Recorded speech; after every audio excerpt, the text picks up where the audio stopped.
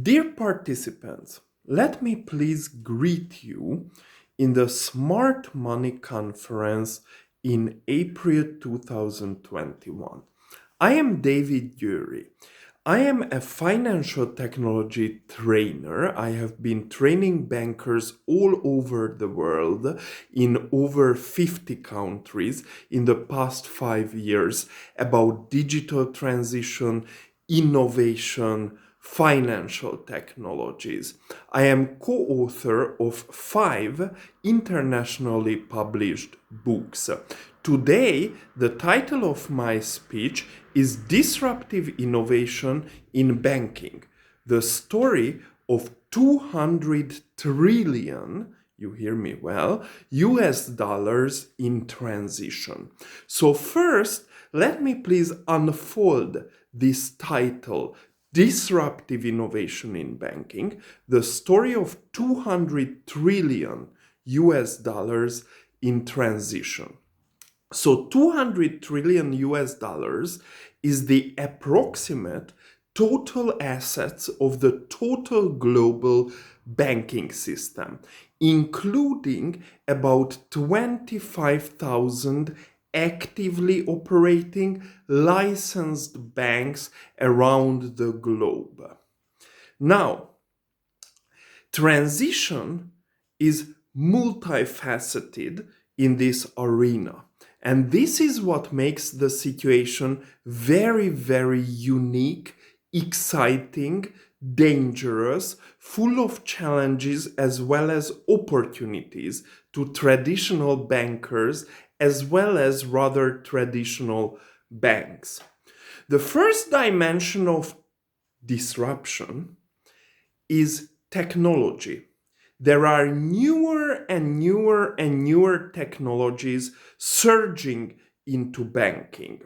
There are 30 major such technologies currently emerging exponentially in financial services. An example is blockchain. Another one is artificial intelligence. Another one is biometrics. Another one is the smartphone itself. Another one is peer-to-peer lending, peer-to-peer financing, peer-to-peer money transfer. Another one is APIs, application programming interfaces. And like this, we can go to 30 major emerging technologies. However, these technologies also have sub-technologies emerging equally exponentially. So think about blockchain. Think about how many different functional areas blockchain can transform within and around a traditional bank, from smart contracts in the back office to trade finance blockchain in corporate banking, from interbank money transfer through distributed ledger technology to retail remittances or the global forex market or derivatives market. In Japan, there are projects to put paper-based checks onto blockchain. So within the technology of blockchain, there are minimum 30 sub-areas emerging. And I brought up blockchain as an example, as a representative example. So if we have major areas emerging in financial technologies, from blockchain through biometrics to wearables, through smartphones to APIs to cryptocurrencies, and we have 30 of those. And in each of those, we have approximately 30 sub-areas. Then we end up with 900 to 1,000 emerging new technologies surging into traditional financial services. So the first dimension of disruption, technology, is extremely beautiful, extremely dangerous. Think about certain aspects of artificial intelligence, machine learning, and so on, as well as extremely detailed and complex. The second dimension of disruption within financial services I want to tell you about today is competition. The face, the nature, the structure, the essence, the meaning of competition is changing. New competitors, new players are luckily coming to financial services.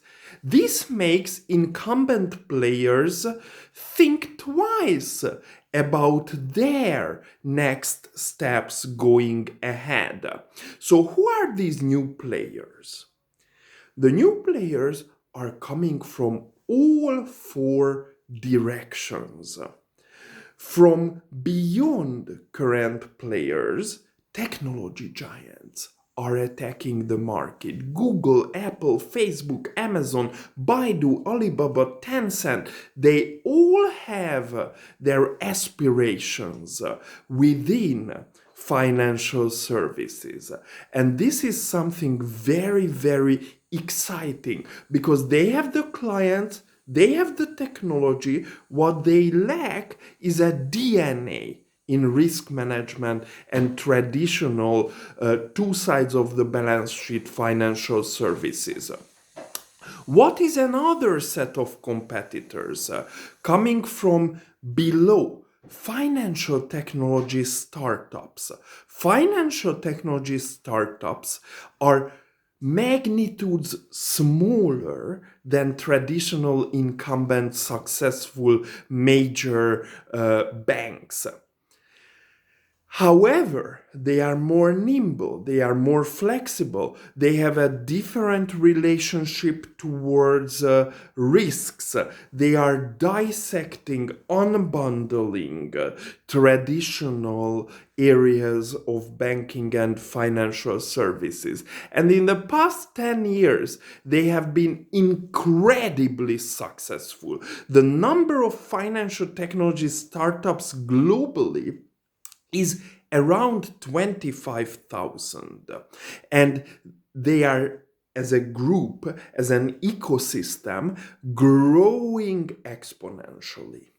Then disruption is coming from the right or from the left in the form of mobile network operators, in the form of computer or smartphone gaming companies. Look at the Singapore market or look at the Chinese market.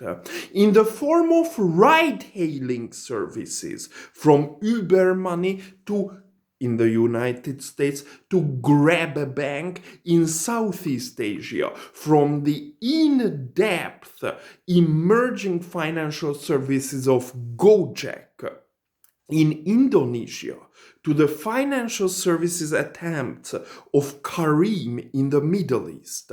So competition is coming from the right to the left, from the top to the bottom. The next major dimension of disruption is the business model. The entire structure of costs and revenues is changing within banking. Think about challenger banks. Think about neobanks. Currently in the United Kingdom, there are about 70 licensed banks without any physical branches. It's a whole new arena, a whole new ecosystem of competition. These neobanks have different cost structure. For example, they don't have a branch network, and different revenue structure. For example, they are often operating in the freemium software pricing model compared to traditional large incumbent bricks and mortar banks. There is another aspect of a changing market structure. That is open banking. Third parties coming between the first and second parties. Who are the first and second parties in banking? The customers themselves as well as the banks themselves. So third parties coming between customers and banks, often on a compulsory basis. Look at PSD2 in the European Economic Area, or Open Banking Association in the United Kingdom. So third parties are more and more often coming between banks and their clients on a compulsory basis. And this is changing through APIs, application programming interfaces, the entire structure of banking around us. So far we have talked about technologies disrupting the market, about 1,000 new technologies, new competitors disrupting the market, from technology giants to financial technology startups, from mobile network operators, for example, on the continent of Africa, providing increasingly successful mobile money regimes, adding to financial inclusion as opposed to more traditional, slower banks in the market.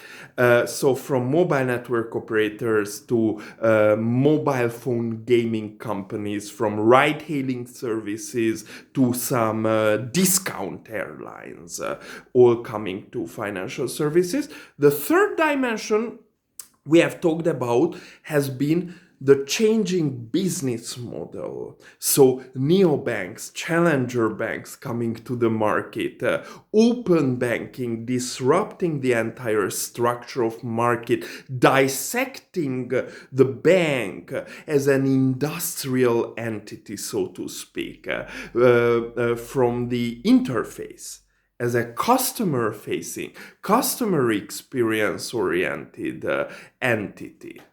Now, the fourth major dimension of disruption happens to be probably the most important one, and still often underestimated. New clients coming to the market. Who are these new clients? These new clients are millennials, as well as increasingly Generation Z. So what's the definition of millennials? Millennials are people who turned adults in the new millennium, i.e. they were 18 years old or younger in the year 2000, new millennium. Therefore, they were born in 1982 or later. Therefore, currently, in 2021, they are 39 years old or younger. They are the millennials. Generation Z are even younger people. Now, for 50 years in the past, the core clientele producing revenues, margins, as well as profits to traditional banks have been the baby boomers, the parents of millennials.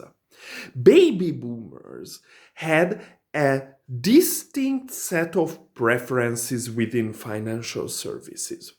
And these preferences happen to fundamentally change as the core generation of clientele is shifting from baby boomers to millennials within banking, and as a matter of fact, within every major well-established incumbent industries around the world. Let's just take a blink at some of the major economies globally. What do we find in the major economies currently in terms of generations of core clientele? Look at the United States. Do you know what is the median age of the population in the United States? The median age of the population in the United States happens to be 38 years old. Therefore, 2021 is the first year when more than half of the population of the United States is in the millennial category, or below in terms of socio-demographic clusters of target group clientele. This is the first year. The transition is going on right now. Look at the United Kingdom. What is the median age of the UK population? The median age of the UK population, interestingly enough, happens to be almost exactly the same as the US population, 38 years old. So, what is the first year in the United Kingdom, socio-demographically, when more than half of the society belongs to millennials or younger socio-demographic target groups? Exactly this year, 2021. Let's look at something even more exciting. The Chinese market. Do you know the median age of the population in China? The median age of the population in China happens to be exactly the same, 38 years old. So this is the first year in the Chinese population, in the Chinese society, when millennials and even younger socio-demographic target groups are basically ruling the market. United States, United Kingdom, China. And think about younger continents in terms of population. For example, Southeast Asia, for example, Middle East, for example, Africa.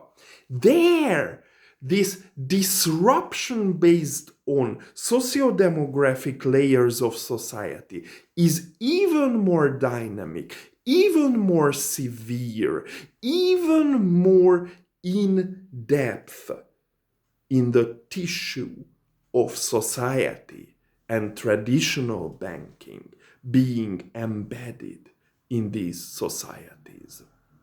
There are many major differences between baby boomers versus millennials in financial services. Let me just list a couple of them. Millennials prefer social, while baby boomers prefer privacy when it comes to financial information, financial data, existence within financial services. A second difference, millennials believe in algocracy. Millennials believe in the wisdom, I'm symbolically speaking, of algorithms. If you give an algorithm to a millennial to help her or him save money, it is equal or superior in their universe of perception to human advice, which used to be equal or superior in the eyes of their parents, the baby boomers. Another major difference is the sense of time. Millennials prefer immediate, instant, one click, or even proactive solutions. For baby boomers, it has been absolutely okay to fill in a traditional product application formula, which takes a couple of minutes.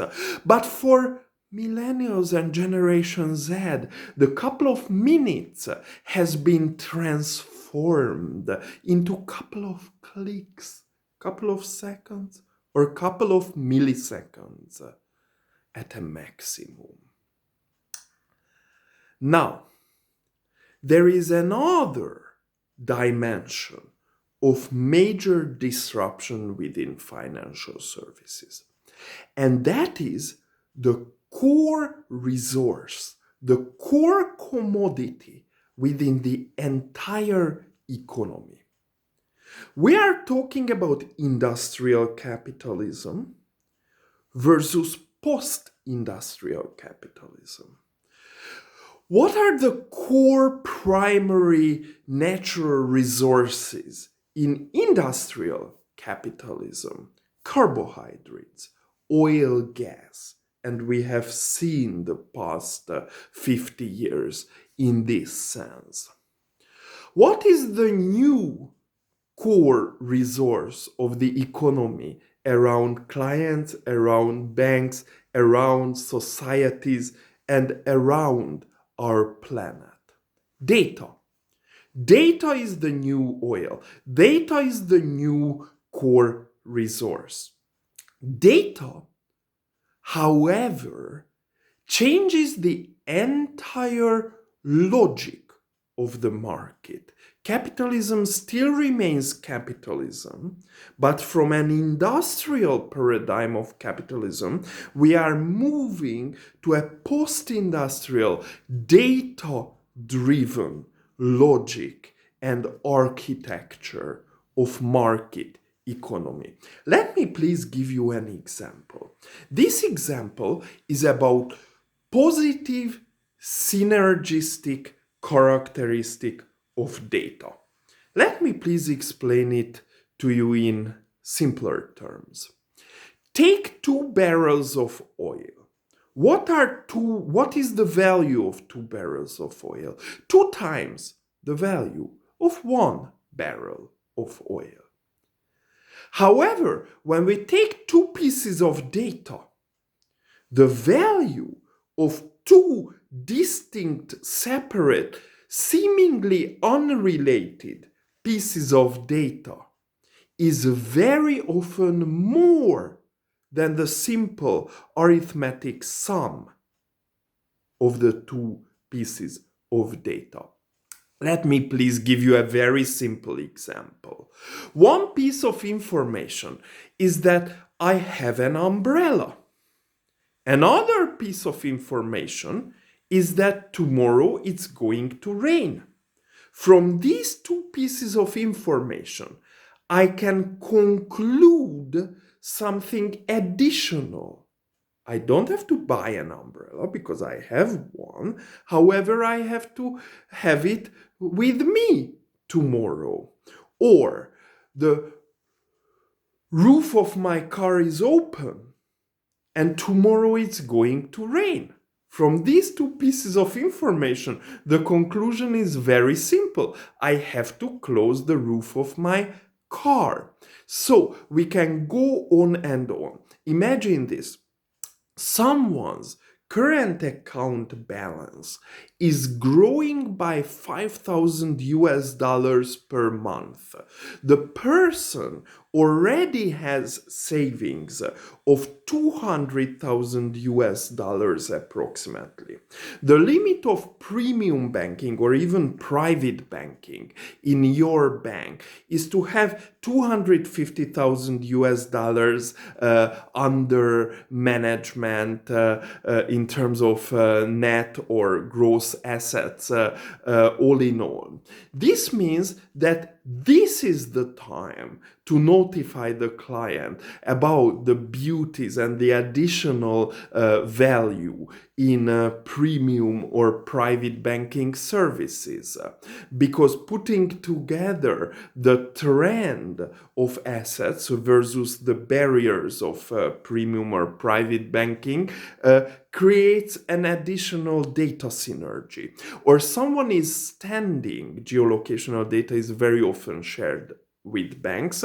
Banks usually fail to use it in a constructive way, but most of the mobile banking applications request the users to allow geolocational data sharing. So someone is standing within the premises of a car dealership for more than 20 minutes. It is time to proactively push a leasing or car loan or car insurance notification or reminder to that particular client. Anyway, data is synergistic. And this brings a whole new dimension of management. And this is the next dimension of disruption, a whole new dimension of management to banking. Traditional CEOs of banks have been focusing on competition And that's something good. We need competition. Competition enhances quality. Competition enhances services. Competition pushes prices down. Our clients deserve us as banks, or even personally as bankers, to compete and to become better and better and better. So competitive approach as a CEO of a bank has great value. However, the synergistic nature of data brings a new, even richer logic to bank management. And that is co-opetition. That is the concept of frenemies, competing and cooperating with the same entities, for example, fintech companies, at the same time. Look at TransferWise, recently rebranded as Wise. How they have a love-hate, frenemies, competitive, cooperative relationship with some of the major banks globally. Look at eToro, the leading global social trading network. Look at PayPal, how they have a competitive, cooperative relationship with major global card schemes.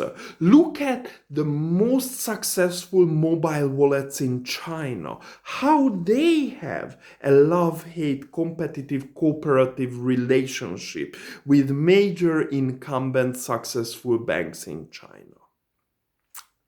Now, when we talk about all these aspects of disruption we have gone through in my speech to you in this amazing Smart Money conference, from technology to the face of competition, from business models to the socio-demographic focus of customers, from the major resource, from carbohydrates to data, to the nature of bank management. There is something very important in common. These multiple dimensions of disruption can only be successfully addressed on a strategic level. And banks are currently actually very good to innovate on an operative level of implementations as well as on a tactical level. The great challenge of the next 5 years of banking globally will be to elevate the success of disruption, the capabilities of innovation, the elements of transition to a strategic level. And let me please here address a major common superficial misunderstanding within the nature of disruption within banking. Culture in most of the major successful, sustainably successful banks is okay. Bankers often think we need to totally change our culture in order to become more innovative. In reality, many banks often have a good corporate culture. The level of distinction is and will be in the coming 5 years the quality of strategy. That's why in many of my training programs around the globe, I am focusing on advanced digital banking strategies, how to strategize disruptive innovation in banking, a global industry of 200 trillion US dollars of total assets. Thank you very much for Martin, our amazing organizer, and thank you equally very much to you, dear audience. See you next year. Thank you.